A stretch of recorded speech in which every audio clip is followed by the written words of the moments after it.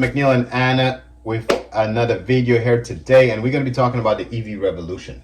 So how is the EV business going to change and evolve? Because a lot of you guys obviously want to be dealers. Yep. What's the future of the EV space? And this actually came from a subscriber here. That was a wonderful question, so we chose to give you a standalone video on that instead of just slick it in the Q&A, because it's worth elaborating and talking a lot about. Okay. Yep. And I'll give you the two stages we can touch on with the EVs. So I think we have to spend the time to elaborate is one, obviously in our stage of repairing vehicles, how's that going to affect our repair business? And then the resale market in the used car business, because we're not used car dealers, we're used car dealers. This is what I guess is the main two part of the industry we're going to talk about, okay? Now, if you're new here, don't forget to subscribe, like, share. And I think this video will still be dropping before December 31st. So that means you still have time to buy your wipers before we give away our $500, okay? If you get any kind of value from this, don't forget to give us an early thumbs up or hit the subscribe button. And let's get into the topic. Okay, Neil. So, share your thoughts on the industry switching to electric cars and how it'll affect the business. So first of all, for me personally, to be honest, it will affect our industry, but I'm actually really excited about the EV movement. I'm just excited about the future of what cars will be and what it will end up being like, because it may not even be, first of all, the traditional automotive companies that we are accustomed with here today. Now, I'm not very big on history, so I'm not going to give you exact date unless Anna is going to Google it and then pop it up here somewhere for you. But if we look a little back at history will repeat itself. If you look at the automotive space, it was mainly Ford, GM, and Chrysler. These were the three players in history. That was our main dominant automotive companies. That's right. And they were just focused on the gas guzzlers and fighting trucks, and that's why trucks still number one sellers, because that was always bread and butter. Muscle cars. Big what do you call them, the muscle cars, and also SUVs and all of those kind of big vehicles, what they were buying. And then the Japanese cars came in, and then Hondas and Toyotas, all Japanese made vehicles, and then they were like about fuel efficiency. That's right. The Americans did not adapt. They're like, it's about go big and go home. It's about my big gas car, and gas price is cheap. I'm gonna keep doing the big gas cars. Who wants this little shitty Civic? I know they had Civics then, but the point is they were talking down on the little small engine cars. And Honda, Toyota. Exactly. V8, V12, baby. But basically Honda, Toyota, kind of proved that they started working on efficiency, reliability, and at the end of the day, guess what happened? Now they dominate. They're all over the place in terms of Honda, Toyota. If anybody don't know about a car, they come to your dealership, they're not asking for Chrysler, Ford, GM, unless they want a truck. So they still stayed in that dominant in that segment. But when it comes to normal cars, everybody want a Honda, Toyota, okay, for that exact reason. Then Hyundai the Koreans slowly slick in. More recently, we've given you more features for your money, and then causing more seem like a more value play, and then hence the reason why Hyundai is selling very well right now. All that analogy to say the exact same thing is happening now, where Ford, the GM, they still didn't learn. All three of those big companies were resisting, including Toyota and Honda now. They're resisting the EV movement, and they were not really interested to invest in R&D or to do it at the time. And then you have the Teslas, the Rivians, the Lucid Motors, all of these American companies that's coming in. That's right. But then, and they're the pioneers. Do you think all these, the Fords and the GMs would have been thinking of making EVs too? That's right. Right. But they're good at doing what they do, and they didn't want to change it yet. Exactly. But our new in this market now, our new Japanese is Chinese.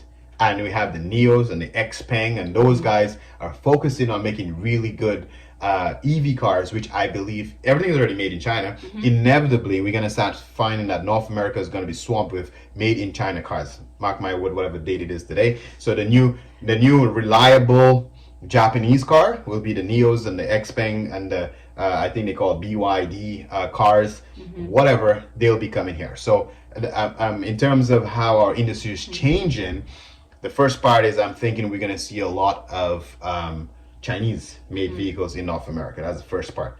Okay, so I guess you, Anna, tell me, or let's see how we can elaborate more on the used car sales side. How would how used car sales would change. I think for the next 10, 20 years, I don't think there'll be an immediate impact because I think people are still going to be used to their gas cars, and kind of like how we just did a cost reveal on a 2003 Nissan Sentra. Why not? It's 2021 right now.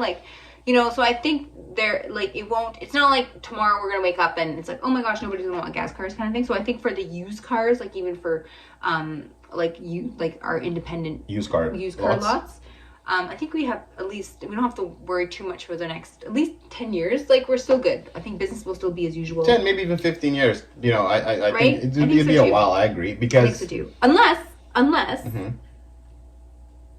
But that, you know what? I just answered my own question, because I was gonna say, unless, like you say, there's a pressure. So unless the price of gas goes skyrockets and it makes absolutely no sense to own a gas car. But I don't think that's gonna happen. I think people in the near future. Because I think that's the thing. I don't want to spend too much time and stressing about what type of cars we're selling. Understand that if you're a used car dealer, we'll be selling used cars, period. No matter what the fuck that is. That's true. Whether it is an EV car, whether it is a gas car, whether it fucking flies. As long as we have license to sell a used car, there's gonna be a market for used things. But I find, I'm sorry to interrupt your thought, because like you said, there's going to be a market for used things, but I find, and you correct me if I'm wrong, is that the used electric cars that are out there right now, like Tesla, obviously, they're not. Are they feeding their used inventory back to, or are they keeping? I see them at the auction. Are they keeping their used inventory? No, what do you mean? It's been sold to the auction. Oh, okay. The used hits the market just like a used car. Right now, it's a very niche thing, and it sells very quickly. So dealers are still overpaying for a used Tesla right now because it sell really quickly. Right. But we're talking in the future, 10 years, 15 years. If there's so many EVs on the market, it's not so niche anymore. It'll just be another car. So it'll just be another Neo car or it'll just be like the 2-year-old off rental. Right, that exactly. You found at the auction. We got another used one. Here's the car that we have to sell now. Exactly. And you have to understand that, again, talking about all the history we just gave, there's a lot of people who still have a lot of resistance against the EVs. So there will still be a market for the balance of as soon as EVs dominate, they're not going to crush all those ICE cars. Mm-hmm. Yeah, we're not going to have any more new ICE cars probably coming eventually. Mm-hmm. But all of those used cars that are on the market are going to have to keep reselling until they're really done, right? So there'll always be a market to sell some used stuff. I think where we'll be feeling the pain and the pinch more is in the service side. It's on the auto repair, because used cars. Electric cars don't less moving components. So that's a good point. Right? Yeah. So that's where we may be feeling the pinch a little bit more. Mm-hmm. So the car sales side, I think will still be okay. I do not think we should worry too much about that. But on our service side shop, that's where things are going to become a little tricky. So what are the repairs that electric cars typically need? Obviously tires. Yeah. You're so gonna have to, you're still gonna need. Well, okay. I don't know what the numbers are, but I know what a normal. I'm sure we could Google that, but you have maybe 10,000 moving parts. A normal car. In other words, there's so many things that could potentially break on an ICE car. The engine, transmission, cooling systems, whatever. However, even if electric car has less moving components, there's still a lot of stuff, right? I mean, okay, you're going to need to change your tires at some point. That's right. You may not need to change your brakes as often as a regular car, but it still has fucking brakes. So whether your brake rotor warp or your caliper seize or you still got to change your brake system, there's still a suspension. You got shocks and springs, that will need to service and repair at some point. You have AC in the car. You have heat in the car. So you have an HVAC system. What they call them, air filters, cabin filters, cooler lines, fluids. The less fluids can have an engine transmission fluids. However, the big ass battery has coolant in there to keep the batteries from overheating, right? So there's a coolant system in the batteries as well. So there is definitely less stuff. Most things can be updated by software updates. So you're gonna have to update your shop to be more tech savvy. On the initial wave, on the initial front, I think it's gonna be hard for us as an automotive repair guy, because just put yourself in the consumer's mindset. If I have a brand new Tesla, even when it's brand new to me, so I'm saying it's used, right? We're talking about used cars. It's a used Tesla, but it's brand new to me. I don't feel comfortable taking to an independent shop yet to fix my Tesla. I'd rather take it to Tesla. The Tesla will still be getting the regular service calls on that car, whatever they can do software update or send you a technician. However, when it starts to dominate and a EV car is just a normal fucking car, and there's EV cars everywhere. Your neighbor have it, your dog have it, everybody has a goddamn EV car. And they're changing so niche exactly, and they also have to change the curriculum for like all the the Ontario Trades College. I think because I was looking into that when we were looking to hire an apprentice. So I think they do have a section now on EV cars, and now like new mechanics getting their training need to have practice, but it's optional. So it's still not even mandatory. So if you're getting your 310S license, so it's a 310F, 310F, 310F license today, you actually do. There is an electrical component, but it's not like it's like optional. It's still technically a little bit basic though, because cars have a lot of electrical components too, eh? Oh, good point. Yeah, so that they're talking about probably electrical components in Possibly. a regular car. Okay. Because right now we have auto repair shops that are like just an electric auto repair shop. No, I'm telling you, because basically you can specialize. You can be a doctor and specialize in heart. You know, specialize in whatever, right? Yeah. So you can be a licensed mechanic and specialize in the electrical components of a car. Because a regular car has like fucking hundreds of feet of wire. But the argument is, in the future, the majority of the cars will be electric. So it'll just be something that you know. That would be like a whole new course. You got a license. That's what I'm saying. So eventually that will evolve, and all of the education and training has to also evolve to accommodate.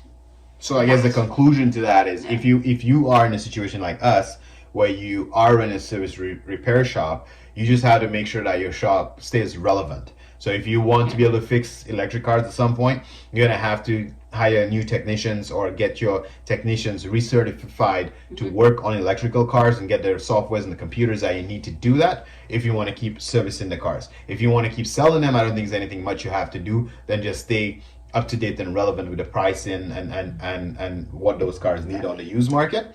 But on the service side is different. Exactly. And in conclusion, for the next 10 years, I think we're good. We should be okay. Yeah. But definitely, 10 years is pretty short. Actually, just a decade, and that goes by real quick. So it's good to have that in the back of our minds, because we will have to adapt and figure out how our business. Because obviously, we still want our business up and running in the next 20 years too, right? So. Sure. So if you guys here are just trying to open up a dealership, don't worry about it. I think you'll be fine. But if you're trying to get into a repair shop, you're gonna have to be a little bit more savvy and figure out, have good strategy as to what you want to do. So hopefully that answers the question. Well, not answers the question, but sort of that's our feedback, I guess. That's where we see the. That's our knee-jerk reaction to the question. And it might not be right. It might not be accurate. It might just be the sounding from the guy drinking Goldschwager. I don't know. What are you drinking? Goldschwager. Schlager, whatever she said. Anyway, thanks for watching, and I'll catch you in the next one. Yes, we will. Peace.